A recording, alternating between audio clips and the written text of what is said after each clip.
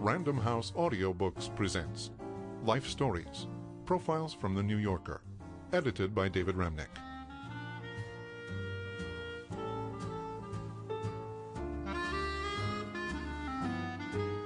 How Do You Like It Now, Gentlemen? By Lillian Ross, 1950.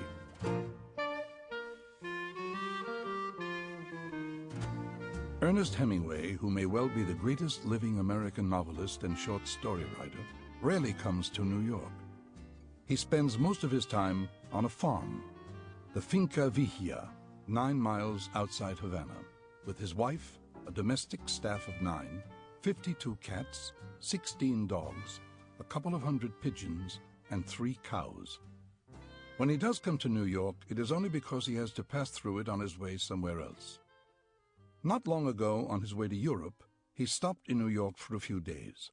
I had written to him asking if I might see him when he came to town, and he had sent me a typewritten letter saying that would be fine, and suggesting that I meet his plane at the airport. "I don't want to see anybody I don't like, nor have publicity, nor be tied up all the time," he went on. "Want to go to the Bronx Zoo, Metropolitan Museum, Museum of Modern Art, ditto of Natural History, and see a fight. Want to see the good Bruegel at the Met, the 2 fine Goyas, and Mr. El Greco's Toledo. Don't want to go to Toots Shor's. I'm going to try to get into town and out without having to shoot my mouth off.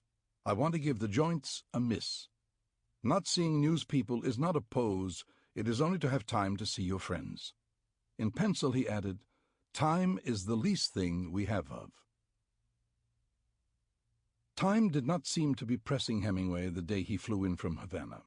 He was to arrive at Idlewild late in the afternoon, and I went out to meet him. His plane had landed by the time I got there, and I found him standing at a gate waiting for his luggage and for his wife, who had gone to attend to it. He had one arm around a scuffed, dilapidated briefcase pasted up with travel stickers. He had the other around a wiry little man whose forehead was covered with enormous beads of perspiration. Hemingway was wearing a red plaid wool shirt, a figured wool necktie, a tan wool sweater vest, a brown tweed jacket tight across the back and with sleeves too short for his arms, gray flannel slacks, argyle socks, and loafers, and he looked bearish, cordial, and constricted. His hair, which was very long and back, was gray except at the temples, where it was white. His mustache was white, and he had a ragged, half-inch full white beard. There was a bump about the size of a walnut over his left eye.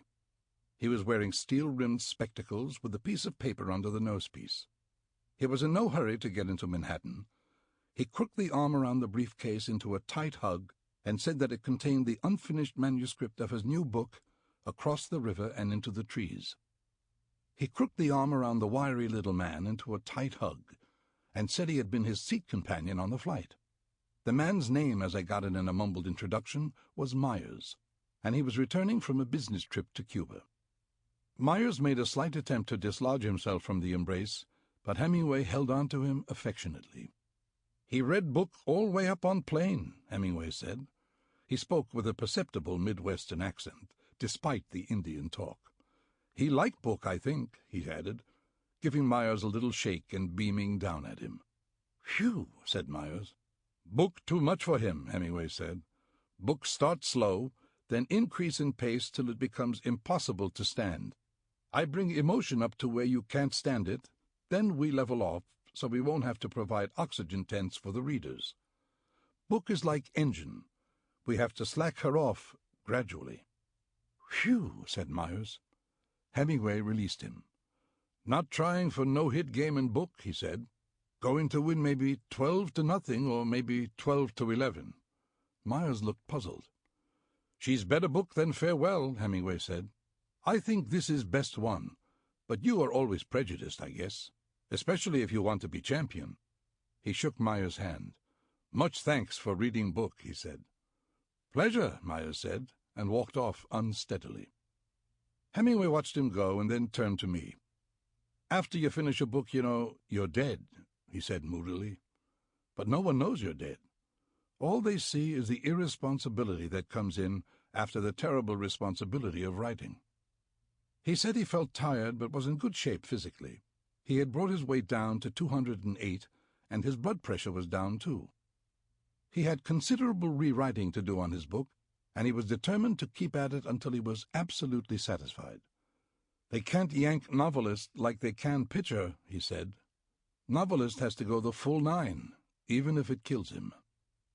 We were joined by Hemingway's wife, Mary, a small, energetic, cheerful woman with close-cropped blonde hair, who was wearing a long, belted mink coat.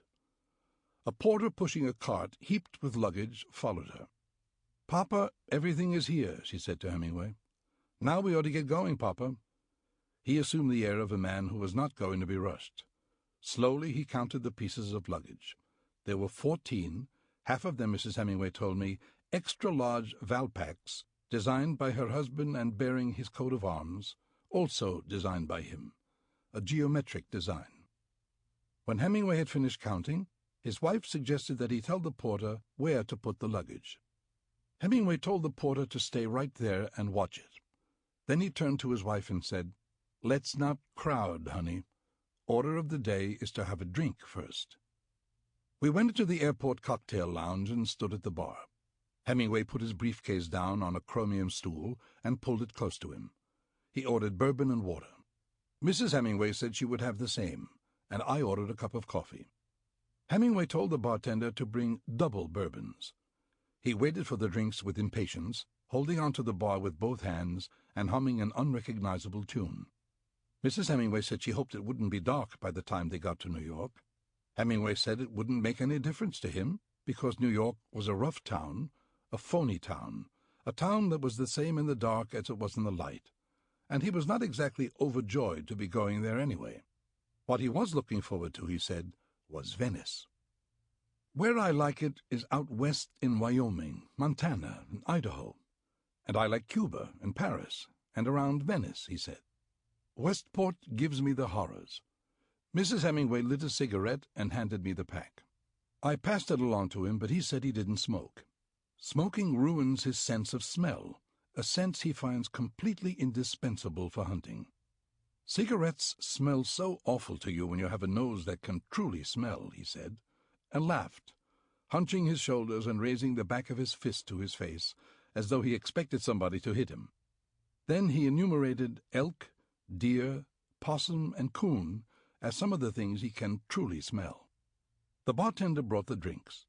Hemingway took several large swallows and said he gets along fine with animals, sometimes better than with human beings. In Montana once, he lived with a bear, and the bear slept with him, got drunk with him, and was a close friend. He asked me whether there were still bears at the Bronx Zoo, and I said I didn't know, but I was pretty sure there were bears at the Central Park Zoo. "I always used to go to the Bronx Zoo with Granny Rice," he said. "I love to go to the zoo, but not on Sunday. I don't like to see the people making fun of the animals when it should be the other way around." Mrs. Hemingway took a small notebook out of her purse and opened it. She told me she had made a list of chores she and her husband had to do before their boat sailed. They included buying a hot water bottle cover, an elementary Italian grammar, a short history of Italy, and for Hemingway, 4 woolen undershirts, 4 cotton underpants, 2 woolen underpants, bedroom slippers, a belt, and a coat. "Papa has never had a coat," she said. "We've got to buy Papa a coat." Hemingway grunted and leaned against the bar. "A nice, rainproof coat," Mrs. Hemingway said. "And he's got to get his glasses fixed.